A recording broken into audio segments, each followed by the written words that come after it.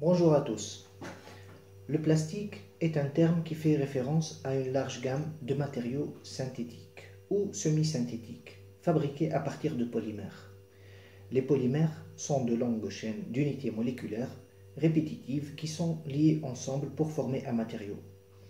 Le terme plastique est souvent utilisé pour décrire une large gamme de matériaux, y compris les thermoplastiques, les thermodurcissables, les élastomères et les bioplastiques. Certains types courants de polymères utilisés pour fabriquer du plastique. 1. Le polyéthylène PE. C'est un plastique léger et flexible couramment utilisé dans les matériaux d'emballage tels que les sacs en plastique et les contenants alimentaires. C2H4N. 2. Le polypropylène PP. C'est un plastique durable et résistant à la chaleur utilisé dans une variété d'applications, emballage alimentaire, pièces automobiles et dispositifs médicaux. C3H6N. Le chlorure de polyvinyle, c'est le PVC.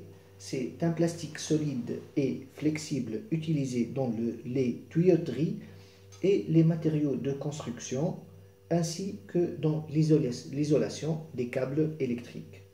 C2H3Cl. Donc, quatrièmement, le polystyrène, le PS, c'est un plastique solide et flexible. Non, pardon, c'est un plastique léger et rigide utilisé dans les matériaux d'emballage en mousse et les contenants alimentaires jetables. C'est le C8H8N. Après, nous avons le polyéthylène téréphtalate, PET. C'est un plastique solide et léger utilisé dans les bouteilles de boissons, emballage alimentaire, fibres synthétiques. C'est le C10H8O4N. Après, nous avons le polycarbonate, PC, abréviation. C'est un plastique solide et résistant à la chaleur utilisé dans les lunettes de sécurité, les composants électroniques et les dispositifs médicaux. C'est le C15H16O2N. Donc, on va parler de polycarbonate ultérieurement et du BPA qu'il dégage, qui est un produit nocif. Mais maintenant, on va continuer avec les propriétés des plastiques.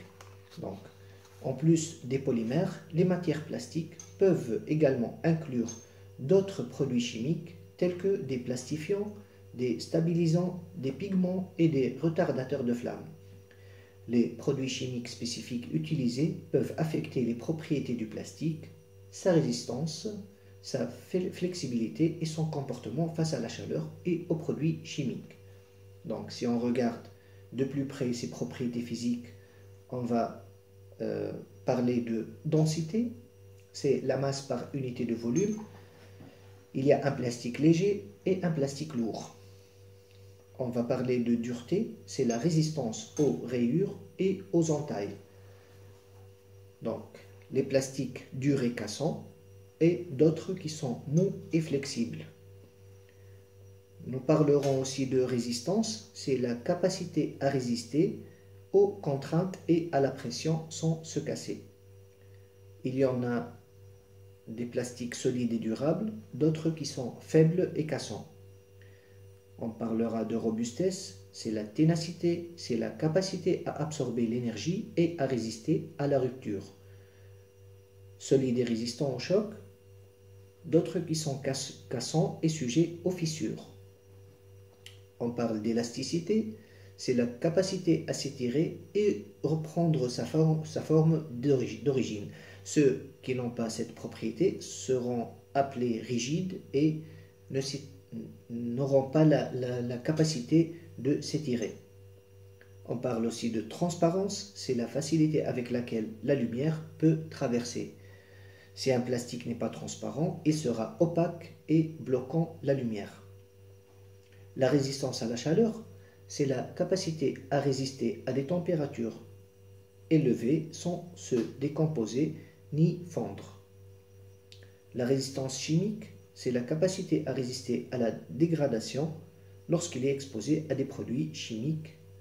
Donc, il y a des plastiques qui ne sont pas chimiquement résistants et peuvent se dissoudre.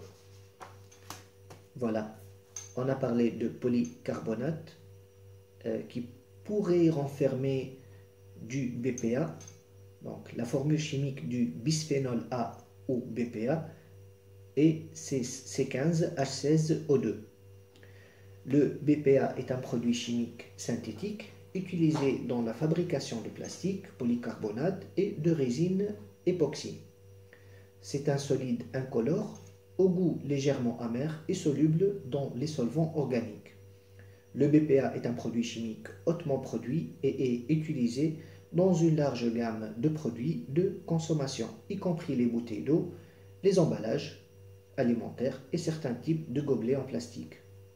L'une des caractéristiques les plus distinctives du BPA est son groupe bisphénol composé de deux groupes phénol C6H5OH reliés entre eux par un pont méthylène CH2. C'est ce groupe de bisphénol, ou bien c'est le groupe de bisphénol qui confère au BPA ses propriétés uniques, notamment sa capacité à agir comme un perturbateur endocrinien et à interagir avec certains récepteurs du corps humain. Le BPA peut migrer dans les aliments et les boissons, ce qui peut être potentiellement nocif pour la santé si l'exposition est fréquente et prolongée. On continue avec le BPA. Donc, lorsque nous buvons du café chaud dans des tasses en plastique ou que nous transportons du pain chaud dans des sacs en plastique à base de BPA, celui-ci peut se dissoudre dans notre nourriture ou notre boisson. Lorsqu'il est ingéré, le BPA peut interagir avec notre système hormonal, affaiblissant notre système immunitaire et augmentant le risque de développer des conditions telles que le diabète, l'Alzheimer et d'autres troubles du système nerveux. En outre, des études ont montré que certains soutiens-gorge de sport sont fabriqués à partir de matériaux synthétiques tels que le polyester et le spandex qui peuvent être imprégnés de BPA. Ce BPA peut être absorbé à travers la peau. Il est important de noter que les femmes enceintes et les nourrissons sont considérés comme les groupes les plus vulnérables aux effets toxiques du BPA. En outre, les paquets de chips et les canettes de boissons sont des emballages qui sont fabriqués souvent à partir de plastique à base de BPA. Donc, en conclusion, si on veut récapituler, plusieurs types de plastique libèrent des produits chimiques toxiques lorsqu'ils sont chauffés. Cela peut se produire lors de la cuisson d'aliments au micro-ondes. D'autres matières plastiques peuvent dégager des substances nocives lors de leur exposition à des températures élevées provenant de sources telles que la lumière directe du soleil ou l'eau chaude. C'est le cas du polycarbonate qui libère le bisphénol A, BPA, lorsqu'il est chauffé. Le BPA est un perturbateur hormonal ou endocrinien qui a été associé à divers problèmes de santé, des problèmes liés à la fertilité et à la reproduction, à l'obésité et à certains cancers. Il y a même des naissances prématurées, des conséquences néfastes sur le système nerveux et des maladies chroniques telles le diabète et des maladies cardiovasculaires. Certains emballages alimentaires en plastique contiennent des additifs encore plus nocifs tels que les phtalates, à l'origine de plusieurs problèmes de santé, puisque eux aussi peuvent être libérés et altérer les mécanismes de fonctionnement des hormones une fois chauffés. En plus de dégagement de produits chimiques toxiques, le plastique peut également se déformer et se fragiliser lorsqu'il est exposé à des températures élevées. Cela peut provoquer sa fissuration ou sa rupture, ce qui peut libérer davantage de produits chimiques toxiques dans l'environnement. Dans la mesure du possible, il est préférable d'utiliser du verre, de l'acier inoxydable ou d'autres matériaux résistants aux hautes températures. Merci de m'avoir suivi et à la prochaine.